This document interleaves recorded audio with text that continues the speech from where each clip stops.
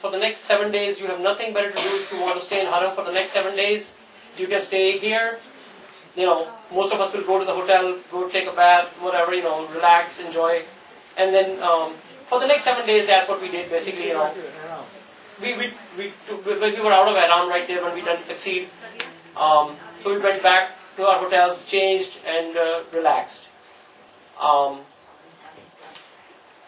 I found it incredibly easy to go from Azizia to the Haram every night. Around 10 o'clock or so, we would get up, we would wake up, we would get ready, take a bathe, wuzu, and then go there. And then spend the night in Haram.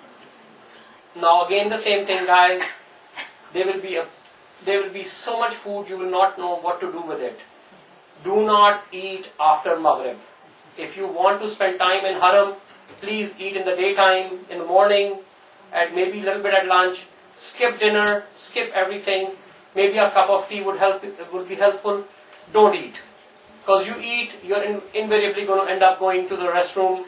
Your wuzu, you'll have to do it. It is very, very tough. They have a great system going. They have people with squeegees cleaning all the time, but just the sheer volume of people is very difficult to manage all that water. So invariably you'll get some splashes. You worry about those things a lot. So best thing is, go Sunny Bhai formula, don't eat. Depends on your reserves. Oh, I got plenty of reserves. I think I have plenty of reserves for the next year, Bhaijan. Amazingly, I'll say this. Of the 19 nights that I spent in the Haram between Medina and Makkah, there was one night when I stood up from my salat that I felt like I needed to eat something. 18 nights there was no hunger when you left Haram. So it is amazing that when you drink Zamzam, Ab Zamzam, just the hunger goes away, guys. It is I can tell you that there is no desire to eat. You just want to spend time, as much time. Even looking at Khana Kaaba is ibadat. If you are tongue-tied, as I was several times, just look at Khana Kaaba. That is ibadat in itself. As Shias, one of the rules that I was given was I could not do tawaf from the second or third floor. We don't want to be above Khana Kaaba at any time. They have made the structure as such. You could go up there to take a look. I was so morbidly afraid I didn't even go there. I was told it's a beautiful sight, but I didn't even go there. But for your ibadat, it is highly recommended that you be on the first floor, on the ground floor, when you're doing ibadat in front of Khana Kaaba. Another thing that I found, which we are not used to, we do salat here on the carpet. Something that we should all practice doing is do salat on concrete. It is a learning experience. You don't realize the learning curve you need to be able to get up and down from concrete, well, let alone concrete from marble. It's a totally different experience than getting up on carpet. So the eighth evening we left from there. We again wore ihram and did our niyat and proceeded to go to Arafat. Thank you. You are not required to be in Arafat till the afternoon of the 9th. From after Zohar to before Maghrib.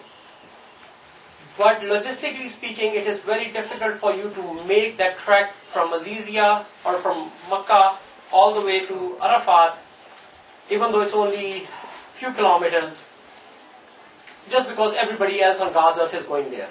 So our group decided that they were going to go the night before. And they made arrangements for us.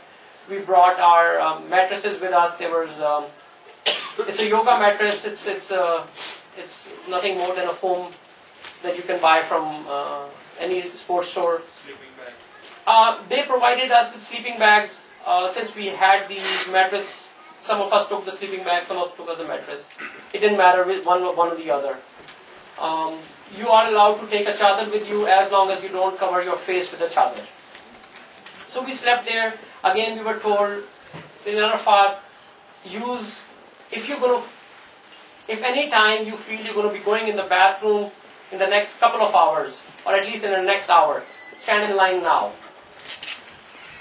Because if there are 5 or 7 people and everybody takes 5 to 7, 10 minutes in the bathroom, you are already within an hour margin. So if you feel you're going to be using the facilities, go stand in the line at the earliest. Obviously in the middle of the night it was much more convenient to go because lines were shorter. Before Salat time, an hour or so before the Salat time, the lines got really, really long. So you want to do your wudu, you want to use the facilities, use it a couple of hours ahead of time. In the afternoon, after Zohar prayers, we did a very lengthy Amal. I believe that was Imam Hussein's prayer. There are 2 prayers that are recommended. One is Imam Zainul Abidin's and one is Imam Hussein's. I believe we did Imam Hussein's prayer. After that, another recommendation is that you step outside in the open and ask for forgiveness from Allah for your sins. You need to enumerate them. And when I say enumerate, each and every of your sins that you want to ask forgiveness for, you need to go out there and ask for forgiveness. Now you don't need to make it vocal. Allah put a parda on your sins through this time. There is no reason for anybody to know other than Allah and yourself what your mistakes are.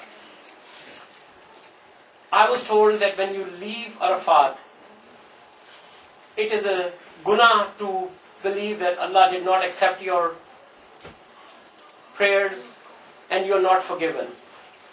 That stage is where you are. When you leave Arafat is when at that point, all your sins are forgiven. It is an absolute recommendation that do not repeat any of those mistakes ever again in your life. Allah will forgive you once for a mistake when you ask for forgiveness, on the condition that you do not repeat that again. From Arafat we went to Muzdalifah. That is where we collect 49 stones. There is a method to the madness. We need to hit 7 stones first day, 21 the next day, and 21 the following day. One of the requirements is we have to follow the trajectory of our stone to make sure that it hit the shaitan. So it is a good idea that if you